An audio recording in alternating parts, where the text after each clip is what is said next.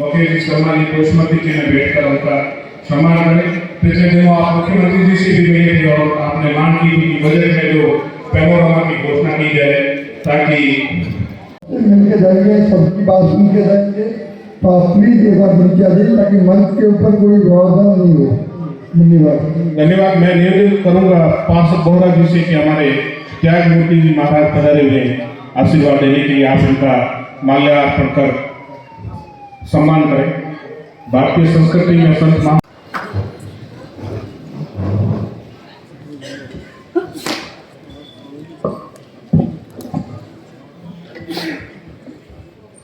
बहुत बहुत आभार श्री लोकेश जी शर्मा भाई साहब का। जो भी तथ्य आगे शेयर करें वो सत्य होने चाहिए, मुख्य बात यह है।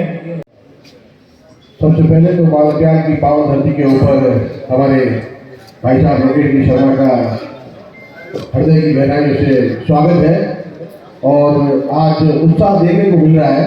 सर्दी का समय है, फिर भी महिला शक्ति बहनें और मेरी बेटी जवान कई लड़कियां आई हुई है, तो ये बहुत ही शुभ बात है आज के लिए। तो एक बार महिलाओं के लिए विशेष तौर से तालियां बजाएं।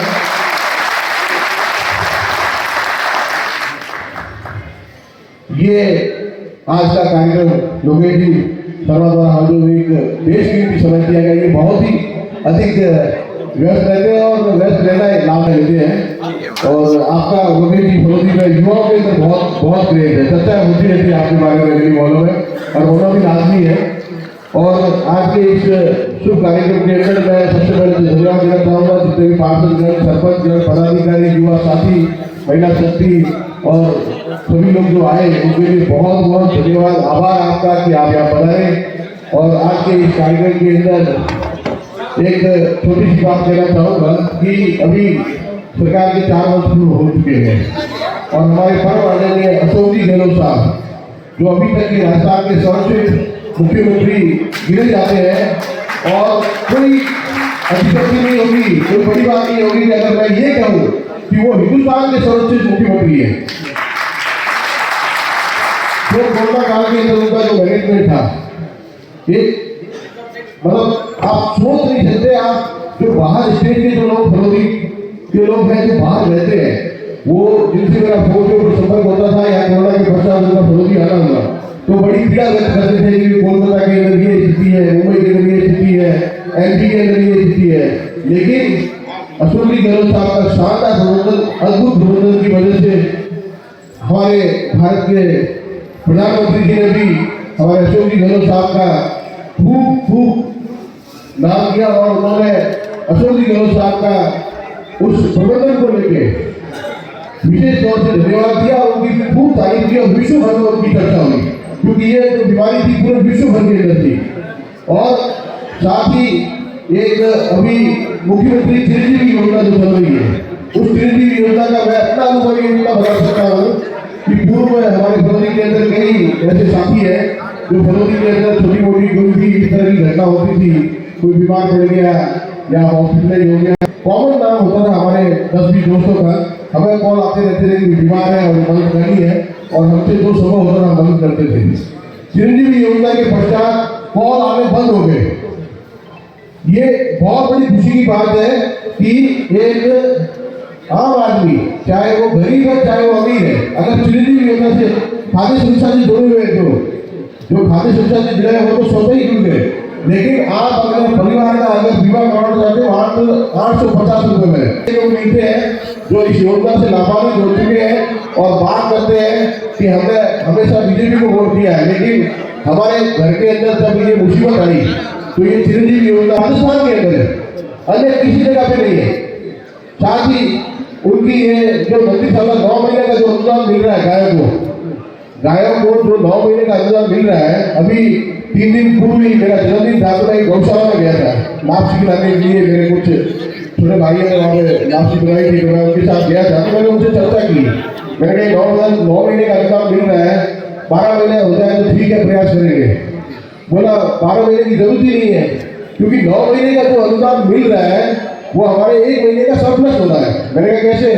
बोला 4 महीने तो वैसे भी बरसात की ऋतु होती है, गायों को हरी घास खाने को मिल जाती है, हमारा तो 1 महीने का अनुदान वैसे भी बच रहा है और आपको बताना चाहूंगा कि पूरे भारतवर्ष के अंदर मात्र ये योजना सिर्फ और सिर्फ राजस्थान के अंदर है। तो मैं चाहता हूँ गहलोत साहब के लिए थोड़ा एक बार ताली हो जाए। ये बात बहुत ही कम लोगों को पता है। गहलोत साहब का हमेशा गायों के प्रति इतना झुकाव रहा। मेरे खुद के पिताजी बताते हैं कि गायों के प्रति जो गहलोत साहब का झुकाव रहा वो किसी का नहीं रहा। और ये बात यहाँ पे साबित करती है कि 1 महीने का अनुदान गौशालाओं के लिए बढ़ रहा है। हर पंचायत समिति मुख्यालय के ऊपर 1.5 करोड़ रुपए दिए जा रहे हैं अभी।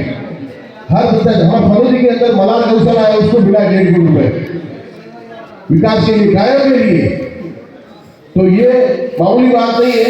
और ओल्ड पेंशन योजना है, जो कर्मचारी कार्य करते थे जिसकी योजना को बंद कर दिया था केंद्र सरकार ने, राजस्थान के अंदर हमारे परम आदरणीय मुख्यमंत्री अशोक जी गहलोत साहब ने ये योजना पुनः चालू की और सरकारी कर्मचारियों को इतना लाभ मिला कि आप मानोगे नहीं। मैं गाँव में जाता हूँ मिलने, शादियों में बैठने, कहीं पर भी जाता हूँ तो वहाँ बड़े बुजुर्ग लोग मिलते हैं और वो बोलते हैं कि हमारा तो आशीर्वाद है उस व्यक्ति को जीवन भर के लिए।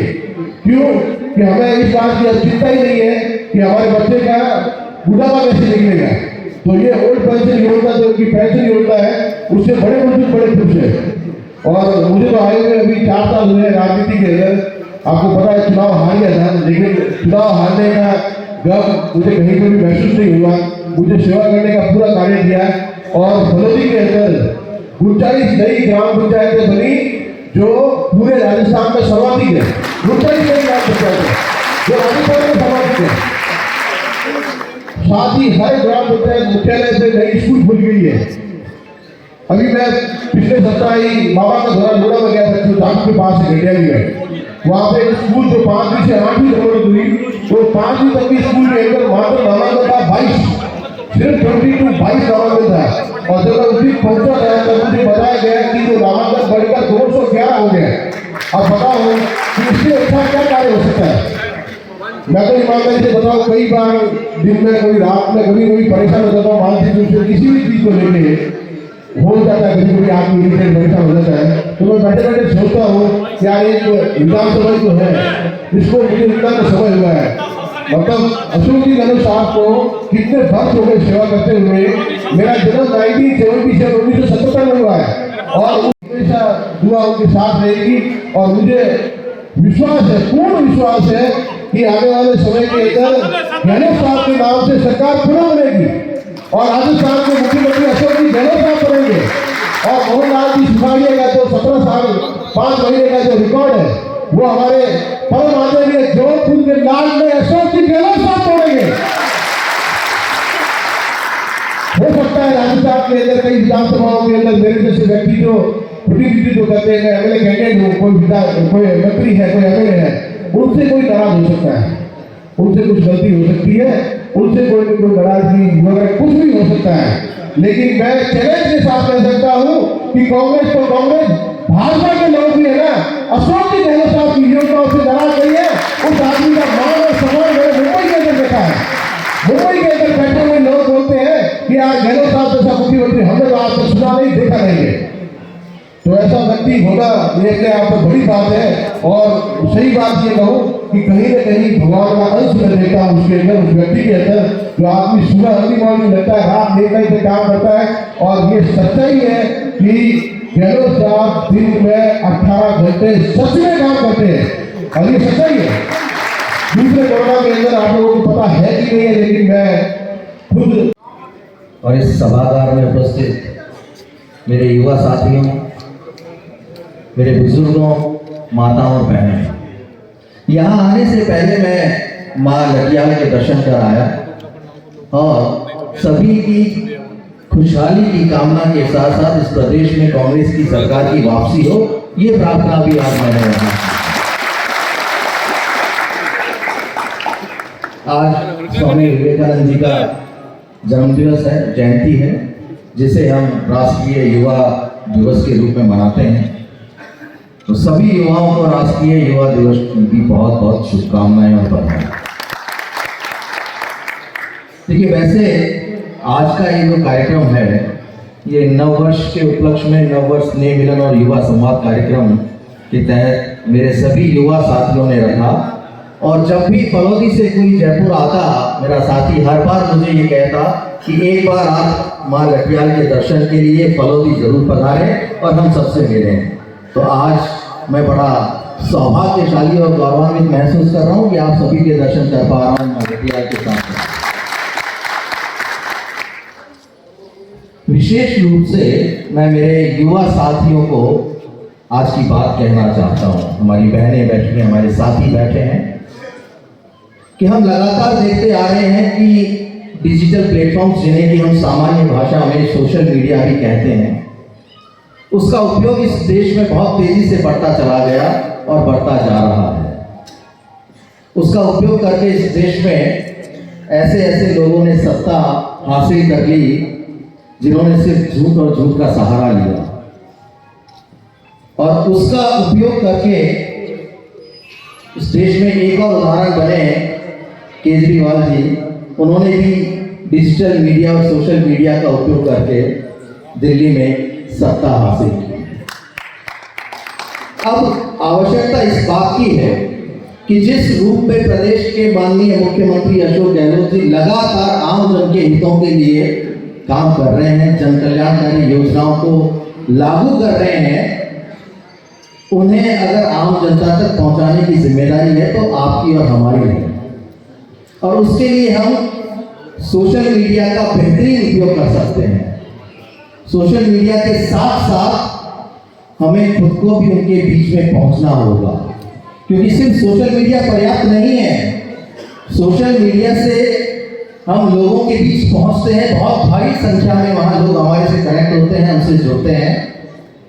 वो एक माध्यम है, उस माध्यम का सकारात्मक तरीके से उपयोग करते हुए हमें हर व्यक्ति तक पहुंचना है। हर गांव, ढाणी, कस्बे, शहर, हर व्यक्ति तक जब हम अपनी योजनाओं की जानकारी लेकर पहुंचेंगे और उन्हें बताएंगे कि योजनाओं के माध्यम से हर व्यक्ति के लिए किस किस तरीके से लाभ मिल सकता है और उनसे कैसे जुड़ सकता है, तो जब हम उनको हमारी इन सब चीज़ों की जानकारी देंगे तो कहीं ना कहीं उनको इस बात का भरोसा होगा कि प्रदेश की सरकार और मुख्यमंत्री कितना उनके लिए सोचते हैं, कितना उनके बारे में ध्यान रखते हैं। सामाजिक सुरक्षा की तमाम योजनाएं हर उस व्यक्ति के लिए हैं जिसको कि उसकी आवश्यकता है।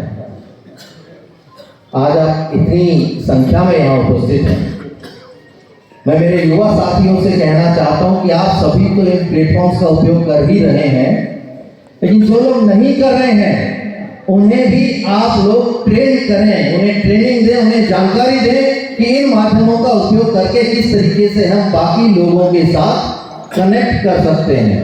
तो ये छोटे छोटे प्रयास हम सभी को करने चाहिए कि हमारे आसपास के क्षेत्र में हमसे जुड़े हुए ऐसे कितने लोग हैं जो इन प्लेटफॉर्म्स का उपयोग नहीं कर पा रहे हैं या इनके बारे में जानकारी नहीं रखते हैं।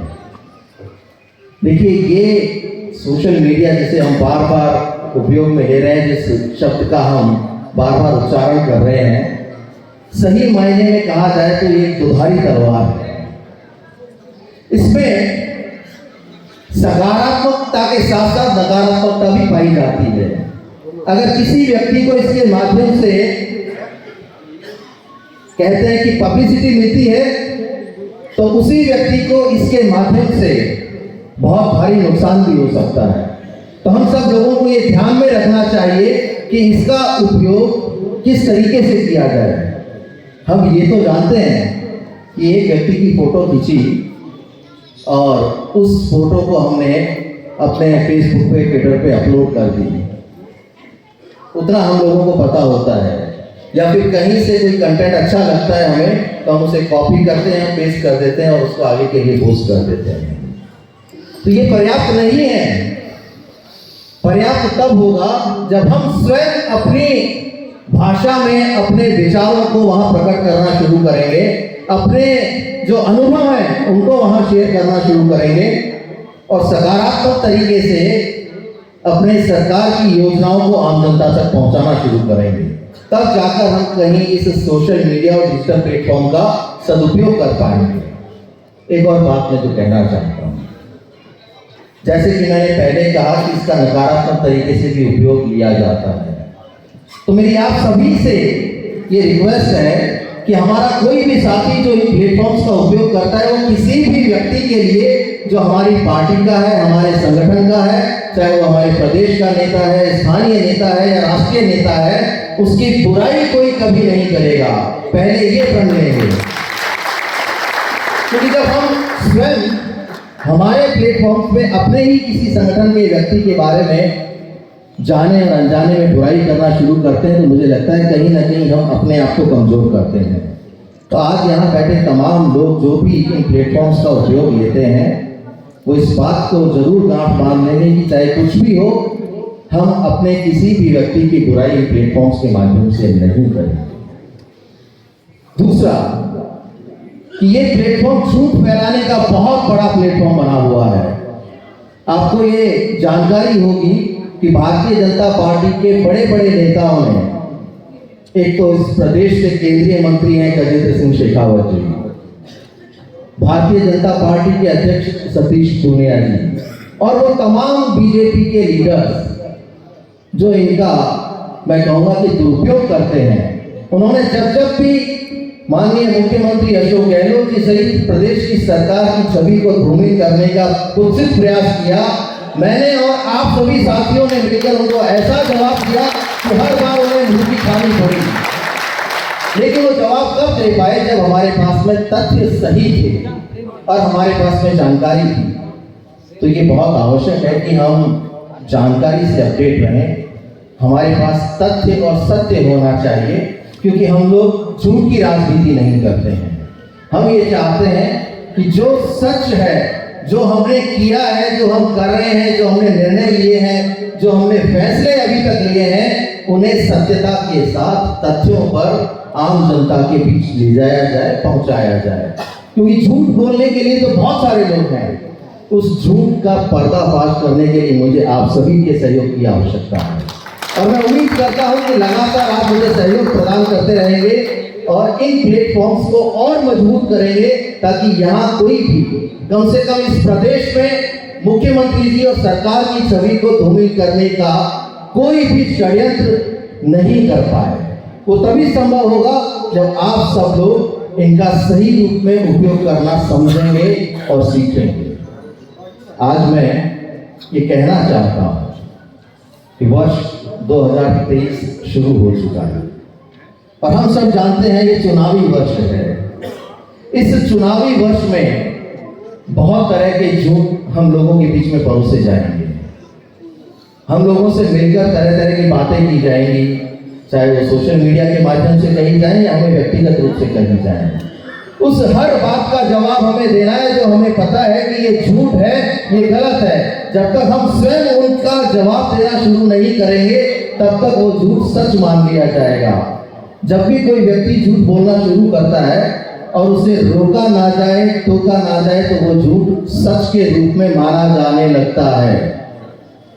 तो हर उस झूठ को टोकना हमारी प्राथमिकता होनी चाहिए जो हमें पता लगे। साथ ही साथ मैं आज सभी से ये भी निवेदन करना चाहता हूं कि हम आपस में एक दूसरे का सहयोग करें।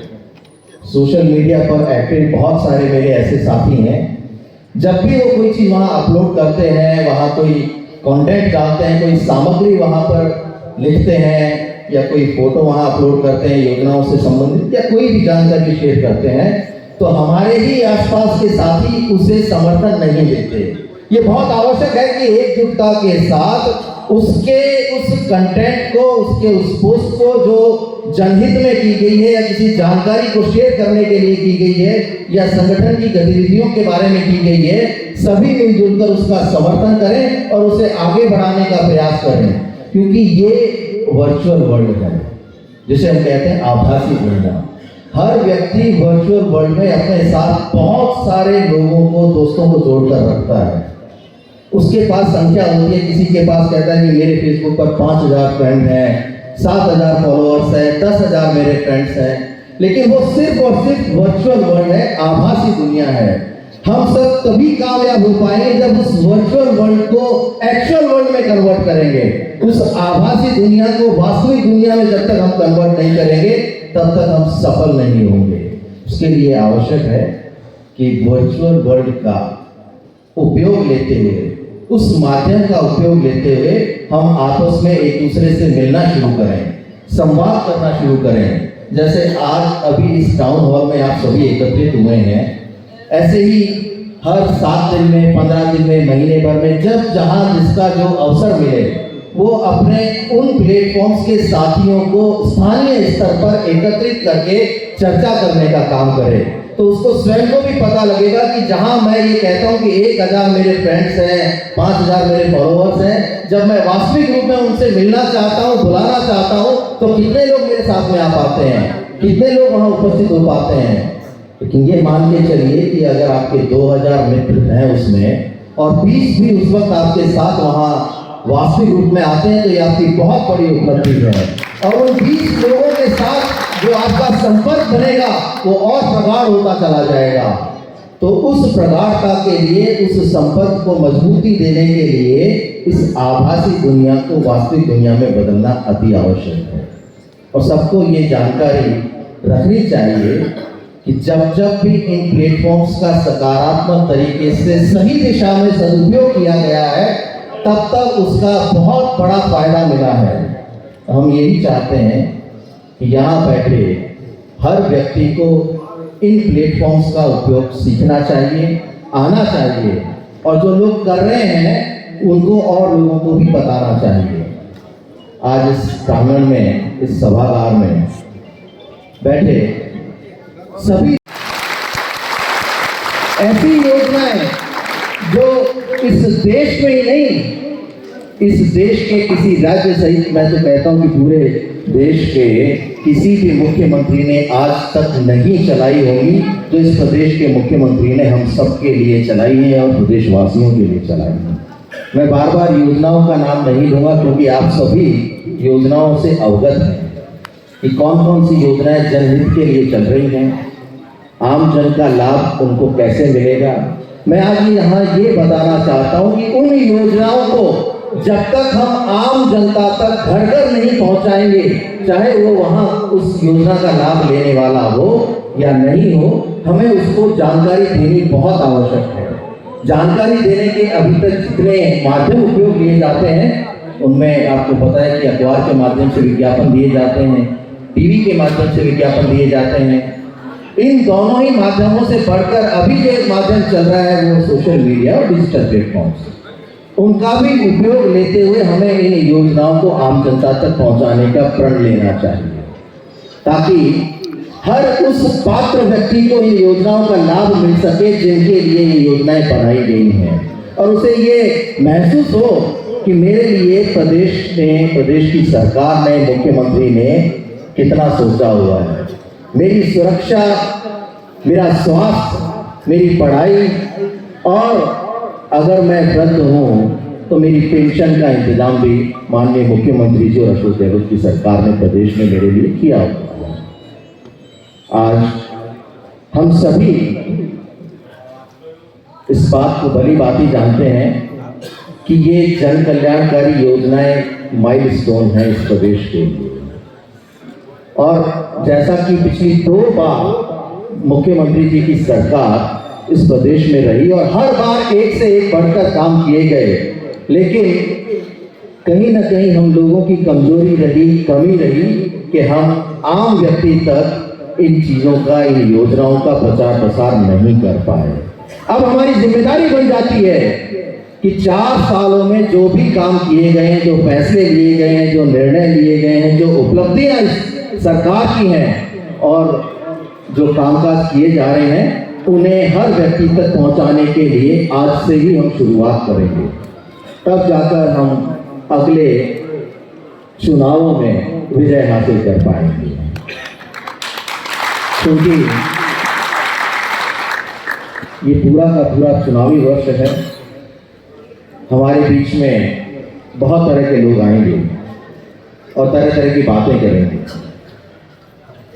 तो अगर आपको कहीं भी ये महसूस हो कि ये बातें झूठी हैं, इनमें सच्चाई नहीं है, इस सच्चाई को हम कैसे जाने, तो मैं आपको ये आश्वासन देना चाहता हूं कि हमारी टीम लगातार आप सभी के संपर्क में रहेगी और हर तथ्य और सत्य से आपको अवगत कराएगी, ताकि आप उनका मुंहतोड़ जवाब दे सकें। और हमारी सरकार की उपलब्धियों का वर्णन कर सकें।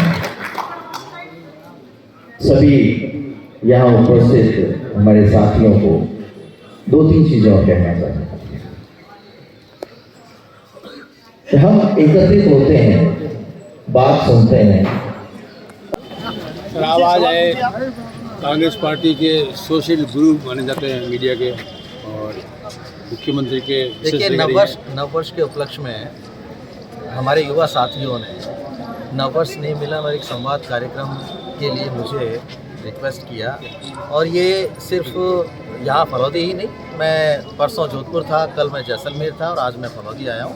तो हमारे तमाम साथी नववर्ष की शुभकामनाओं के साथ साथ अब इस सोशल मीडिया पर और अधिक सक्रिय रूप से अपना काम करना शुरू करें। तो इसके लिए मैं सभी से मिल रहा हूं और उन्हें इस बात की जानकारी दे रहा हूं कि मुख्यमंत्री अशोक गहलोत जी की मंशा के अनुसार जो जनकल्याणकारी योजनाएं बनाई गई हैं, उन सभी को आम जनता तक पहुंचाने के लिए सोशल मीडिया के साथ साथ व्यक्तिगत रूप से भी आपको लोगों से संवाद करना होगा, ताकि सोशल मीडिया का उपयोग माध्यम के रूप में लेकर हम ज़्यादा से ज़्यादा लोगों से कनेक्ट हो सकें और उन्हें, हर व्यक्ति को जो इसके लिए पात्र है, उस योजना का लाभ दिलाने में सहयोगी हो सकें। तो ये मेरा एक मुख्य काम है। दूसरा कि जो लोग, चाहे वो भारतीय जनता पार्टी के लोग हों, विपक्ष के लोग हों, जो इन प्लेटफॉर्म्स पर झूठ उगलने का काम करते हैं या जनता को भ्रमित करने का काम करते हैं, उनको तथ्यों से सकारात्मक तरीके से जवाब दें, ताकि उनका झूठ आगे चल ना पाए और सच उजागर हो। उन लोगों को